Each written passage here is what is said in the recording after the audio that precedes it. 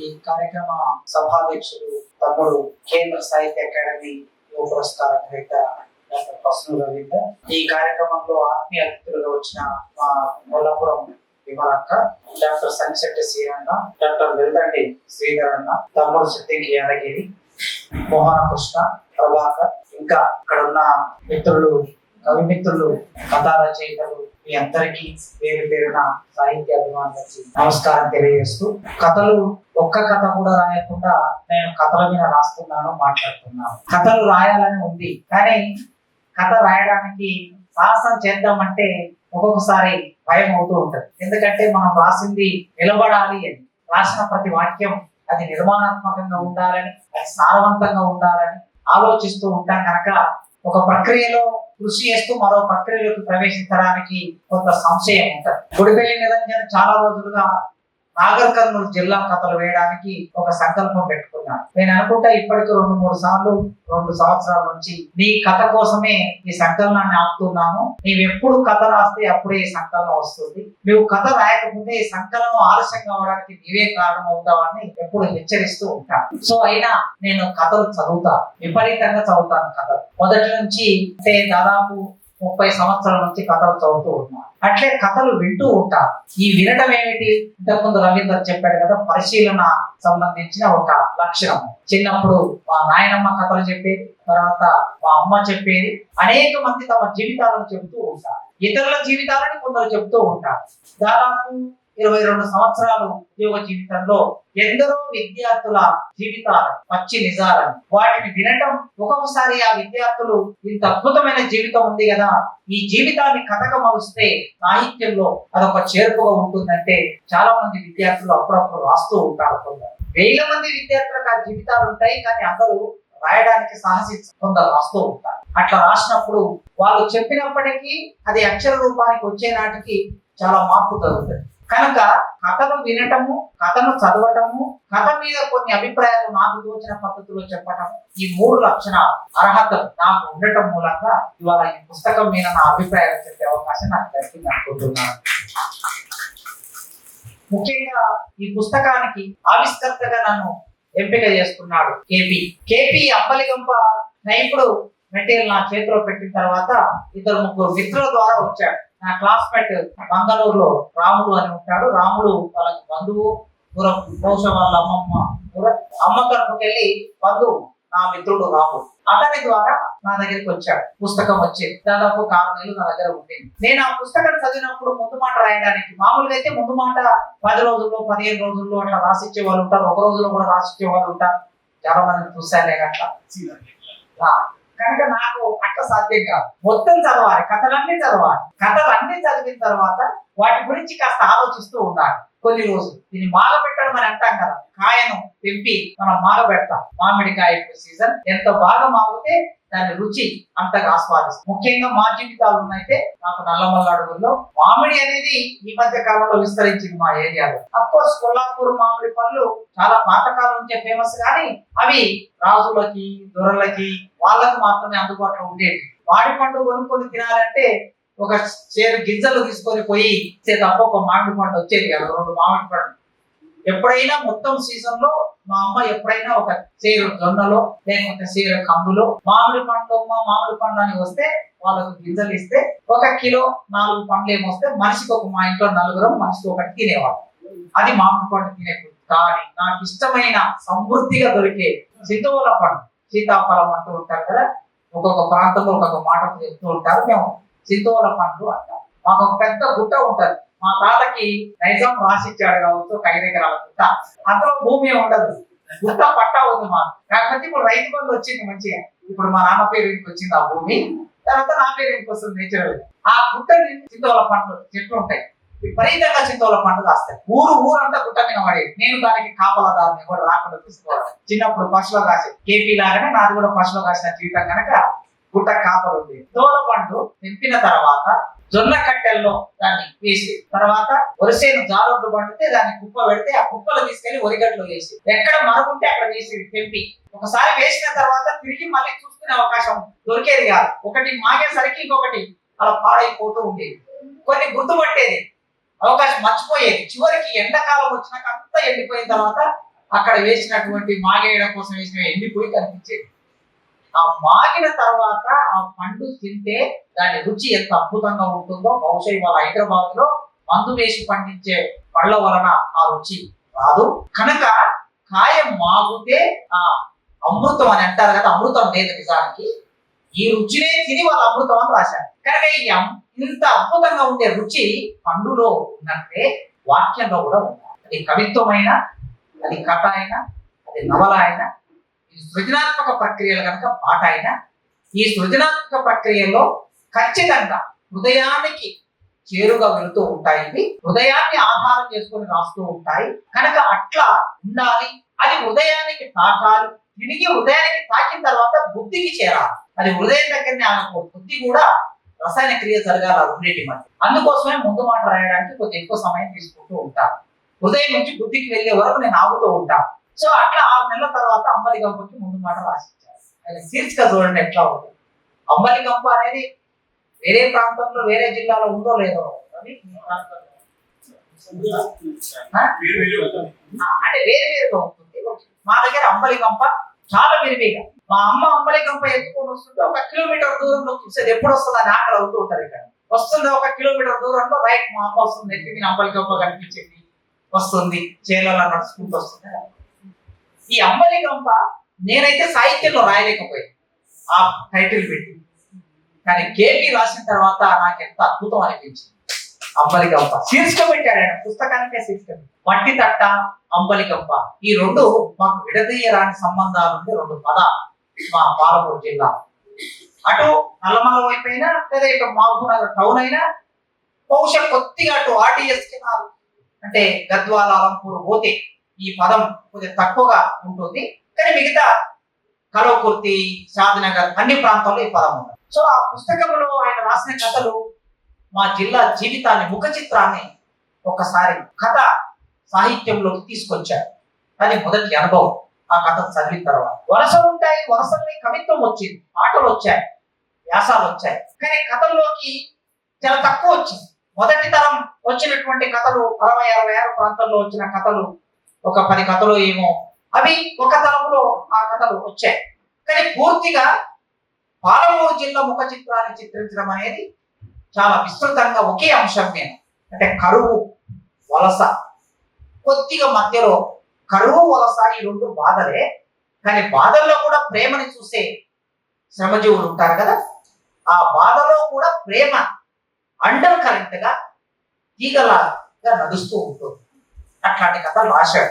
సాహిత్యంలో రవి చెప్పినట్లు ఆయన అంతర్ముఖుడుగా ఉంటాడు. మనకి యూట్యూబ్ లో కనిపిస్తాడు, కానీ మనిషి మాట్లాడేటప్పుడు స్నేహాలు, విస్తృతమైన పరిచయాలు అంత వేగంగా వెళ్ళే మనిషి కాదు. ఈ విషయంలో మా రవిని మెచ్చుకోవాలి.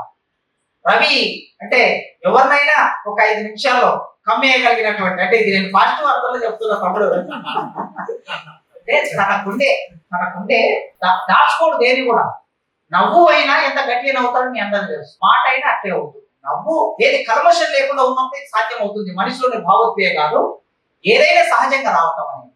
కనుక రవి అంత కలుపుకొని పోగలుగుతాడు, కానీ కొందరు అంత వేగంగా కలుపుకొని వెళ్ళలేకపోవచ్చు. అతడు కాస్త అంతర్ముఖుడుగా ఉంటాడు, అంత వేగంగా కలుపుకొని. బహుశా పాలమూరు జిల్లాకు ఉండే వెనుకబాటుతనం కూడా ఒక కారణం కావచ్చు. తమ్ముడు టౌన్ లో పుట్టాడు కదా, Warangal town. Correct. Warangal town కి ఎప్పుడో కాస్త రైలు వచ్చింది. రైలు వస్తే జీవితంలో చాలా మార్పు వస్తుంది.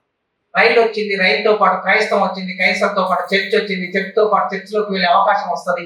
ఇట్లా ఒక క్రమం ఉంటుంది ఎంతో కొంత.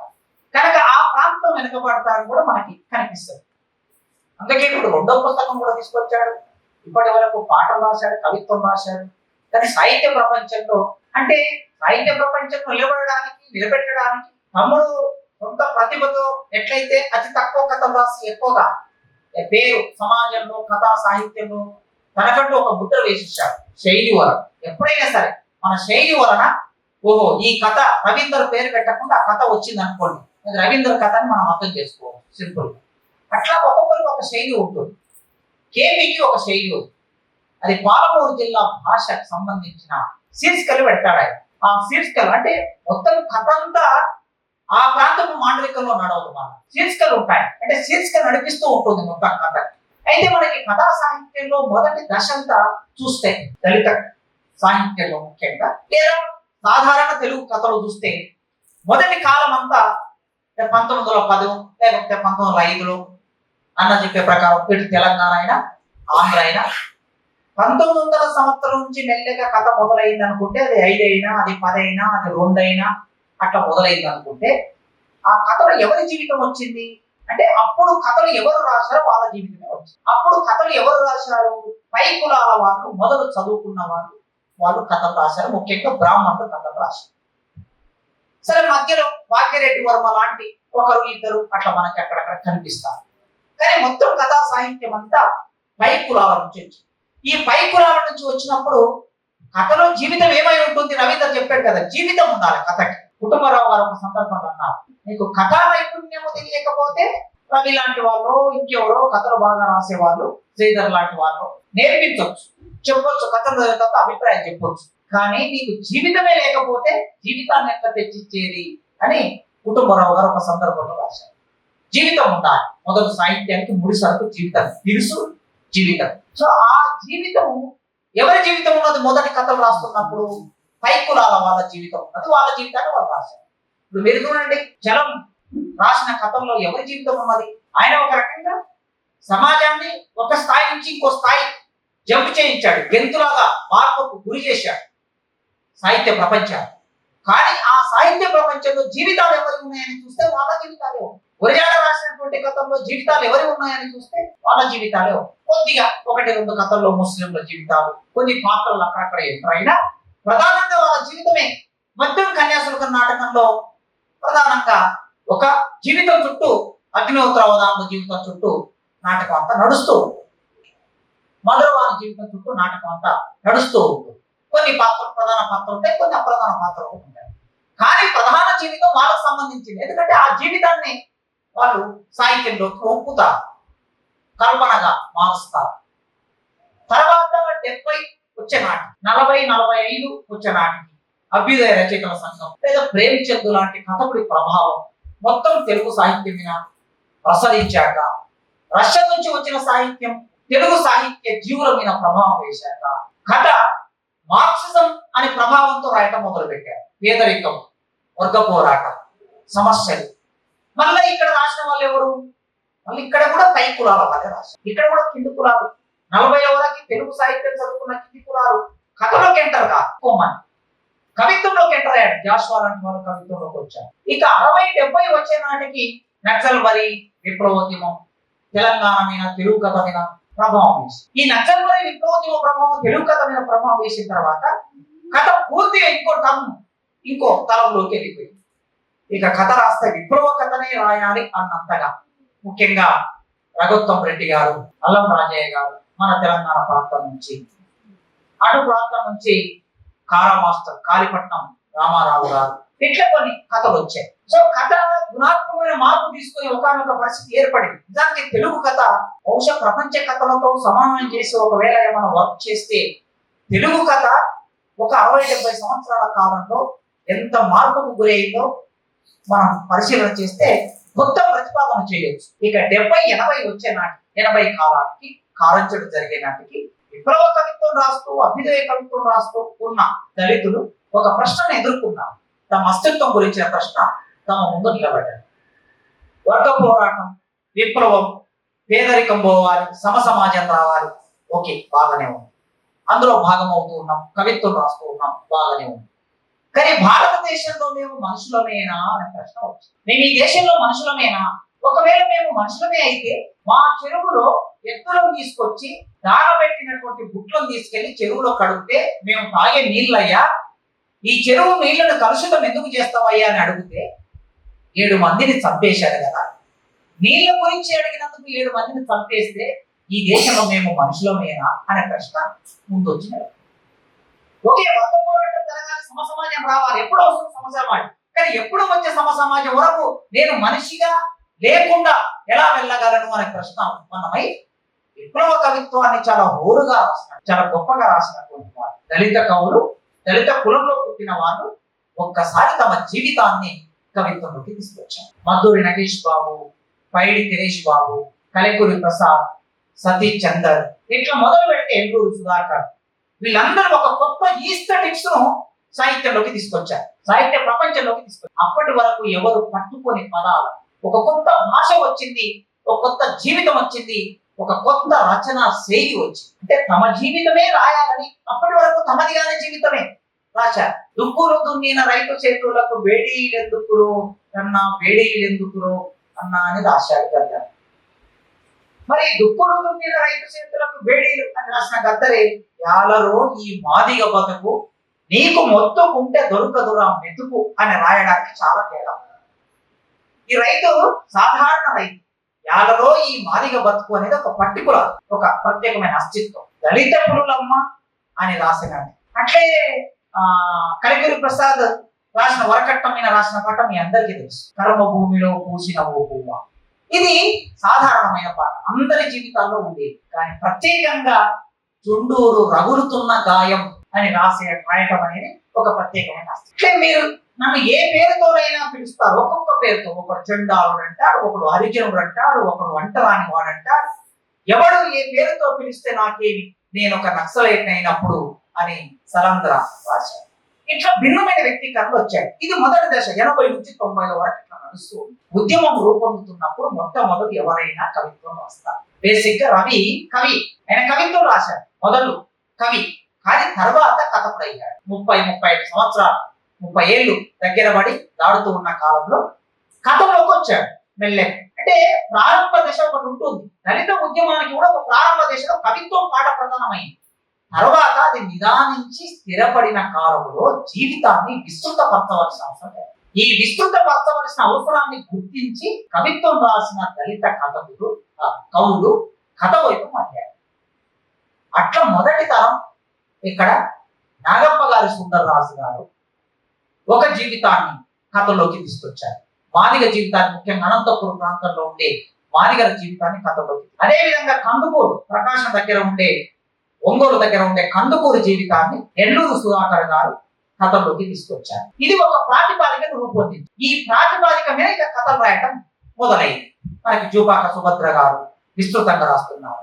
సరే, రవీందర్ మెట్రోపాలిటన్ జీవితాన్ని, ఒక యూత్ జీవితాన్ని పట్టుకున్నాడు. మీరు గద్దర్ పాటలు ఎవరికైనా అర్థమైంది, మేధావులకు అర్థమైతే, పండితులకు అర్థమైతే, పట్టణంలో ఉన్న వాళ్ళకి అర్థమవుతుంది, అందరికీ అర్థమవుతుంది. అదే వంగగొండ ప్రసాద్ పాటలు ఉత్తరాంధ్రకి అర్థమవుతుంది. అది ఆ పరిమితి. గద్దర్ కూడా వెసులుబాటు అంటే పట్టణ జీవితం, ఆయన పట్టణంలో ఉండడం మూలంగా ఎక్కువ కాలం పట్టణ జీవితాన్ని, ఆ చుట్టూ ఉండే భాష ఆయన పాటలోకి వచ్చింది.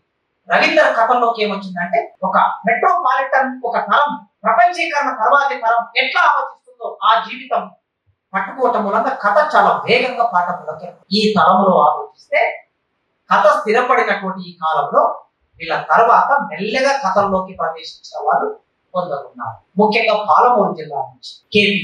ఆ కేపీ కథను పట్టుకున్న తీరు చూస్తే, కథను నడిపించే తీరు చూస్తే, మామూలుగా కథ, పాత కథ చూస్తే ఎట్లుంటుంది, ఒక వర్ణన ఉంటుంది. సూర్యుడు ఇలా ఉదయిస్తూ ఉన్నాడు, ఆయన నిద్ర లేచాడు, రాత్రి నిద్ర లేదు, కన్నులు ఎర్రబడి ఉన్నాయి, సూర్యుడు ఎరుపుకు కన్నులకి పోలిక తీసుకొచ్చి ఇట్లా మొదలవుతూ ఉంటారు కథలు. లేదంటే ఇంట్లో పొయ్యి రాజేస్తూ ఉంటారు, అదొక పూరి గుడిసె ఉంటుంది, పొయ్యి రాజేస్తూ ఉంటే ఆ కట్టెలు తడిసిపోయి ఉంటాయి వర్షానికి, ఎంత మంట పెట్టినా కట్టెలు అంటుకోవటం లేదు, మండటం లేదు, అందులోంచి పొగ వస్తూ ఉంటుంది, ఆ గుడిసెలో నుంచి పొగ బయటకు వస్తుంది. ఆ ఊరిలో ఉన్న గుడిసెలన్నీ దళితులై ఉంటాయి, ఆ గుడిసెల నుంచి పొగ వస్తుంటే ఊరంతా పొగ కమ్మినట్లు ఉంటుంది అని ఇట్లా మొదలుపెట్టి, అతడి జీవితం కూడా పొగ కమ్మినట్లు ఉంది అని ఇట్లా ఒక పాత్ర ప్రవేశపెట్టడం. ఇది ఒక శైలి, ఇది ఒక పద్ధతి. మొదటి తరం. ఇప్పుడు అట్లేం ఉండదు, డైరెక్ట్ గా ట్రిక్కర్ నొక్కితే బుల్లెట్ ఒక క్షణంలో వెళ్ళిపోతుంటది కదా, ఇక ట్రిక్కర్ నొక్కడమే. ఆ శైలిని రవీందర్ కేపీ కథలోకి తీసుకొచ్చాడు. ఇట్లా మొదలవుతుంది. ఆమె ఫోన్ చేసింది, నేను ఫోన్ ఎత్తలేదు. ఆమె ఎవరు, ఇక కథలోకి నడవాలమ్మా. అంటే నేరుగా ఏ వర్ణన లేకుండా కథలోకి తీసుకెళ్ళడం. అంటే ఈ జీవితము ఎట్లా ఉంటే అట్లా, ఎంత సహజంగా ఉంటే అంత సహజంగా. దీని టైటిల్ కథ నుండి గాజులు కొనని రోజున కథ ఇట్లా సాధారణంగా కథ మొదలవుతూ ఉంటుంది. సాధారణంగా మొదలై బోనాల పండుగ, చీర కట్టుకోవటం, ఇద్దరు అమ్మాయిల మధ్య సంభాషణతో కథ ఇట్లా మొదలు పెడుతూ ఉంటాడు. మొదలుపెట్టి ఎవరి కోసం చెప్తున్నాడు కథ అని మనం చూస్తూ ఉంటాం. ఈ లోపుగా ఆమె అమ్మాయి చీర కట్టుకొని బయటికి వస్తే చూడడం కోసం ఆ అమ్మాయి చీరలో ఎట్లా ఉందో చూడడం కోసం ఎదురు చూస్తున్నాడు విజయ్. ఆ విజయ్ దగ్గరికి వచ్చే వరకు సాధారణంగా కథ నడుస్తూ ఉంటుంది. విజయ్ ఆమె మాట్లాడుకోవడం కూడా ఇదేం ప్రత్యేకమైనది ఏం కాదు. ఇద్దరు ప్రేమికులు మాట్లాడుకోవడం అంటే సహజమైంది. కానీ కథ ఒక దగ్గర టేకప్ తీసుకుంటుంది. ఎక్కడ టేకప్ తీసుకుంటుంది కథ అంటే, వాళ్ళిద్దరు మాట్లాడుకుంటారు. ఈ అమ్మాయి ఇంటికి వస్తుంది. కాలేజీకి వెళ్ళవలసిన అమ్మాయి వెళ్ళాలనుకుంటుంది. కానీ వాళ్ళ తల్లి ఇవాళ నువ్వు కాలేజీకి వెళ్ళొద్దు అంట. రోజు కాలేజీకి వెళ్ళమని చెప్పే తల్లి కాలేజీకి ఎందుకు వద్దంటుంది అన్న దగ్గర కథ ఇలా మెల్లగా టేకప్ తీసుకుంటుంది. ఆగి మన బంధువులు నిన్ను చూడడం కోసం వస్తున్నారు. బంధువుల వాళ్ళ అబ్బాయి వాళ్ళ బంధువులు నీవు ఉండాలి అంటే, నాకు ఇప్పుడు పెళ్లి వద్దమ్మా అని అంటారు. ఎందుకు వద్దు పెళ్లి? ఇలా చర్చ నడుస్తూ ఉంటుంది. చేతిలో ఉన్న టిఫిన్ బాక్స్ జారి కింద పడుతుంది. అన్నం ఇల్లంతా పడిపోతుంది. ఒక దృశ్యం చూడండి. ఇలా దృశ్యం చేశాడు. కథ ప్రారంభంలో ఉండవలసిన దృశ్యము కథ మధ్యలోకి వచ్చింది. దృశ్యం చేసి ఇంకా ఈ కథ ఎక్కడి వరకు వెళ్తుందని మనం ఎదురు చూస్తూ ఉంటాం. ఒకసారి పిండేసినట్లు అవుతూ ఉంటది మనకి వాళ్ళిద్దరి మధ్య సంభాషణ. ఒక్క వాక్యంతో కథ ఇక ముగించవచ్చు అనిపించేంత. నాకు తెలుసులే, ఆ కులంగానాన్ని చేసుకుందామనే, ఆ కులం తక్కువని చేసుకుందామనే కదా నీ ఆటలన్నీ నాకెరికే. ఏ గుడి దగ్గరికి వెళ్తున్నారు, ఏ ఇంట్లో తింటున్నారు, ఏ చెట్టు కింద కూర్చుంటున్నారు, ఎక్కడ అన్నం తినిపిస్తున్నావు అన్ని నాకు తెలిసే అని అక్కడికి టేకప్ తీసుకుంటాం. ఒక గంభీరమైనటువంటి పాత్రలు, ఎక్కువ పాత్రలు 5-6 పాత్రలు పెట్టేసి కన్ఫ్యూజ్ చేసి ఇట్లా లేకుండా కేపీ శైలి నాకు తెలిసి, నేను చాలా మంది కథలు చదువుతూ ఉంటాను. ఒక 5-6 పాత్రలు ఎంటర్ చేస్తూ ఉంటాను. మనం ఒక పాత్రను గుర్తు పెట్టుకుందాం అనుకునేసరికి 3వ పాత్ర మర్చిపోతాం. కథలో తక్కువ పాత్రలు ఉండాలి. ఎప్పుడైనా కథకు ఉండే ఒక ప్రధాన లక్షణం ఏంటంటే తక్కువ పాత్రలు ఉండాలి. ఈ విషయంలో మనకి గురజాడ సరే ఆదర్శం అంటే అన్న ఒప్పుకుంటారో లేదో నాకు తెలియదు, కానీ 2 పాత్రల మధ్య కథ అంతా నడుస్తుంది. దిద్దుబాటు కథ అంతా 2 పాత్ర. సరే ఒక చిన్న పాత్ర మధ్యలో ఉంటుంది అనుకోండి. ఇట్లా తక్కువ పాత్రలతో ఎక్కువ విషయాన్ని చెప్పడం. ఇక్కడ 2 పాత్రలే ప్రధానం. అట్లా చివరికి మనం అక్కడ ఆగొచ్చు కథ అనుకుంటాం. నిజానికి అక్కడ ఆగొచ్చు కథ, కానీ కథ నడిపాడు ఇంకొద్దిసేపు. కథను నడిపి జీవితం అంత సుఖాంతమేనా, విషాదాంతం కూడా ఉంటుంది. ఆ విషాదాంతం ఏమిటి అనుకున్నప్పుడు మళ్ళీ వెళ్తాడు ఆ తుర్క భూవమ్మ దగ్గరికి. గాజులు కొంటాడు. ఇంకెందుకురా గాజులు నీకు అంటే, ఆ అమ్మాయిని ఇంకా మర్చిపోలేదా అని అంటే, నేను గాజులు కొనని రోజున మర్చిపోయాలని అనుకో అని ఆ వాక్యంతో కథ ముగుస్తుంది. సాధారణంగా కథ ముగుస్తుంది. సాధారణంగా మొదలైన కథ సాధారణంగా ముగుస్తుంది. అంటే ఇది ఒక ప్రత్యేకమైన శైలి. ఎలాంటి వర్ణనలు ఉండవు, జీవితమే ఉంటుంది అక్కడ. ఉన్నది ఉన్నట్లుగా చెప్పడం. వాటి కథకు ఉన్న అవసరం ఏంటంటే ఉన్నది ఉన్నట్లుగా చెప్పడం. చాలా విచిత్రం. రవి చెప్పాడు ఇంతకు 2 కథలని ఆయన విషాదంతంగా ముగించాల్సిన కథల్ని ఒక కొత్త దృక్పథాన్ని ఇచ్చాడు. సమాజానికి మనం నేర్పించాలి కదా, కథలు కూడా నేర్పించాలి. సాహిత్యం అంటే విషాదాన్ని చిత్రించడంతో పాటు, విషాదంతో పాటు కొన్ని విలువలను కూడా సమాజానికి నేర్పిస్తాం. ఏం చెయ్యాలి? దృక్పథం అంటారు దాన్ని. కథకుడికి దృక్పథం ఉండాలి. ఆ దృక్పథం ఆయన ఏమిచ్చాడు అంటే, తన అన్నను చంపిన విజయలక్ష్మి ఆ పాత్రలో, ఆ కథలో విజయలక్ష్మి ఒక ప్రధాన పాత్ర. గడుసుగా ఉండే పాత్ర, అందమైన అమ్మాయి, కింది కులానికి సంబంధించిన అమ్మాయి. విజయలక్ష్మి అందంగా ఉన్న అమ్మాయి క్షేమంగా ఉండటం అనేది చాలా కష్టం. ఆ అమ్మాయి గట్టిగా ఉంటే తప్ప. ఊరంతా ఆమె జోలికి పోవాలంటే భయపడాలంటే ఆమె గడుసుగా ఉండాలి. అందుకే మగవాళ్ళు తిట్టే తిట్టన్నీ విజయలక్ష్మి తిడుతుంది అని భయం ప్రతి ఒక్కడికి ఉంది. అందుకే ఆమె దగ్గరికి ఎవడు వెళ్ళాడు. కానీ సాహసం చేసి ఒకడు వెళ్ళాడు.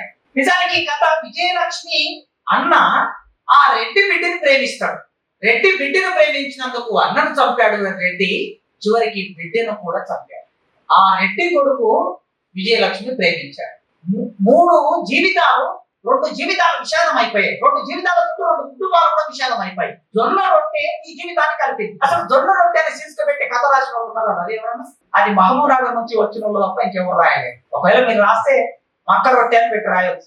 కొన్ని ప్రాంతాల్లో మక్క రొట్టె ఉండొచ్చు, ఇంకొన్ని ప్రాంతాల్లో రొట్టె అనే అంశం చుట్టూ ప్రేమ్చంద్ ఒక కథ రాశారు. దాన్ని ఇటీవల ఇమ్మడి సంపత్ కుమార్ ట్రాన్స్లేట్ చేశారు. సో అట్లా జొన్న రొట్టె శీర్షిక పెట్టి ఒక ఉదాత్తమైన భావనతో, తల్లి ఎవరికైనా తల్లే కదా, ఆ తల్లికి డాక్టర్ జొన్న రొట్టె తినమని చెబితే తన అన్నను చంపిన రెడ్డి భార్య రోగగ్రస్తురాలై ఉంది. ఆమెకు డాక్టర్ జొన్న రొట్టె తినమని చెప్పాడు. ఆ జొన్న రొట్టె చేసే వాళ్ళ ఇంట్లో లేదు. అన్నను చంపిన కుటుంబానికి జొన్న రొట్టెను చేసి ఇవ్వాలనుకున్నది విజయలక్ష్మి. అది దళిత జీవితంలోంచి ఒక ఉదాత్తమైన భావాన్ని, అభిప్రాయాన్ని, లక్షణాన్ని, స్వభావాన్ని కలిగి ఉండేటట్టు చెప్పాడు. చివరికి ఆ రెండు కుటుంబాలు కలిసి ఆ రెడ్డి దిగి వచ్చి విజయలక్ష్మిని తన కొడుకు చేసుకోవడంతో కథ ముగుస్తుంది. ఇది ఒక దృక్పథం. ఇవాళ రెడ్డి ఎవరైనా సరే తమ పిల్లలు కింది కులాల వారిని ప్రేమిస్తే, లేదా కింది కులాల వాళ్ళు పై కులాల వారిని ప్రేమిస్తే, వాళ్ళిద్దరు కుటుంబాలు కలవవలసిన ఒక ఆలోచన విధానాన్ని వీళ్ళు ఏర్పాటు చేసుకోవాలని చెప్పాడు. ఇంకో కథలు కూడా దాదాపు అట్లాంటివి. సో ఇట్లా కేపీ ఈ తరములో ఇలాంటి పుస్తకాలు తీసుకొస్తున్న కేపీ మా జిల్లా వాడైనందుకు నేను ఇక్కడే జిల్లా అభిమానాన్ని ప్రదర్శించట్లేదు. ఎందుకంటే సహజంగా కొద్దిగా వెనుకబడిన వాళ్ళ పట్ల ఒక కన్సర్న్ ఉండవలసిందే. అట్లా పాలమూరు జిల్లా నుంచి కథ, అద్భుతమైన కథ, ముఖ్యంగా కింది కులాల నుంచి నాకు తెలిసి ఇద్దరే కథలు రాస్తున్నారు ఆ జిల్లా నుంచి, కింది కులాల నుంచి. నేను అన్నది ఒకటి కేపీ, ఇంకొకరు మక్తల్ నుంచి మన హైమావతి. వీళ్ళిద్దరు, హైమావతి కూడా ఒక అమ్మాయి, దళిత అమ్మాయి.